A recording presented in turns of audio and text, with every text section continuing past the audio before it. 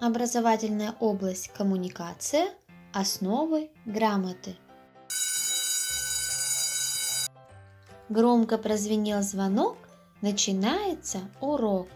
Ваши ушки на макушке, глазки широко открыты. Слушаем, запоминаем, ни минуты не теряем.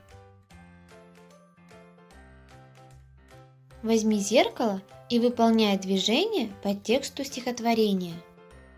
Брови вверх я поднимаю, очень сильно удивляюсь. А теперь глаза прищурю, брови сильно я нахмурю. Широко глаза открою, на округу погляжу. А затем нахмурю нос. На кого же я похож? Расскажи, что ты сейчас делал и показывал? Ты менял выражение лица, показывал удивление, хмурился. То есть ты показывал свои чувства и эмоции, меняя выражение лица. Это называется мимика. С помощью мимики можно передать свое состояние: испуг, огорчение, негодование, настроение, веселье, грусть, отношение к окружающим, одобрение, гнев и много-много других эмоций. Поэтому не только жесты, но и мимика помогают читать мысли и настроения людей. Сегодня мы поговорим о мимике, которая помогает нам в общении, а еще об интонации и общении с помощью рисунков и знаков. Рассмотри рисунки и подумай, почему на первом рисунке Майдадыр сердитый, а на втором рисунке у Майдадыра доброе выражение лица. Обрати внимание, какие жесты использует Майдадыр. Представь себя в роли Майдадыра. Произнеси слова Майдадыра, когда он сердится и когда улыбается.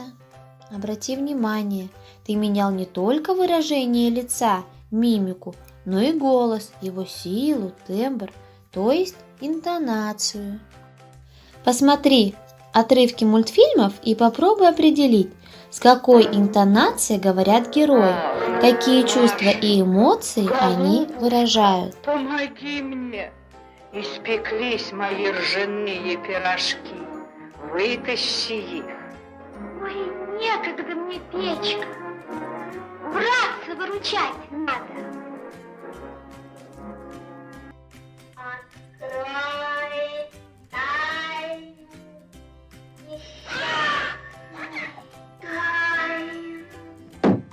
Какую тайну? тайну черепахи.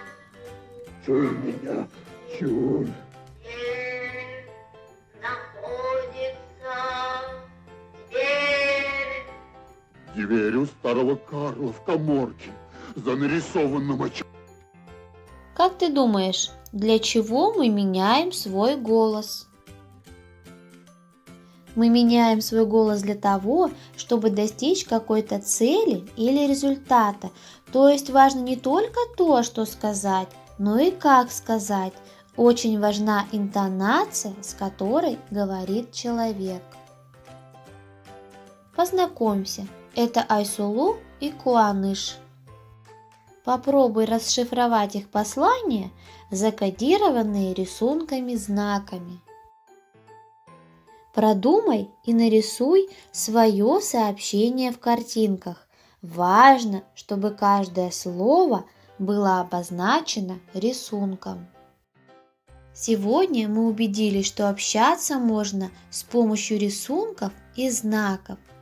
Передавать душевное состояние с помощью жестов, мимики, интонации – это целое актерское искусство.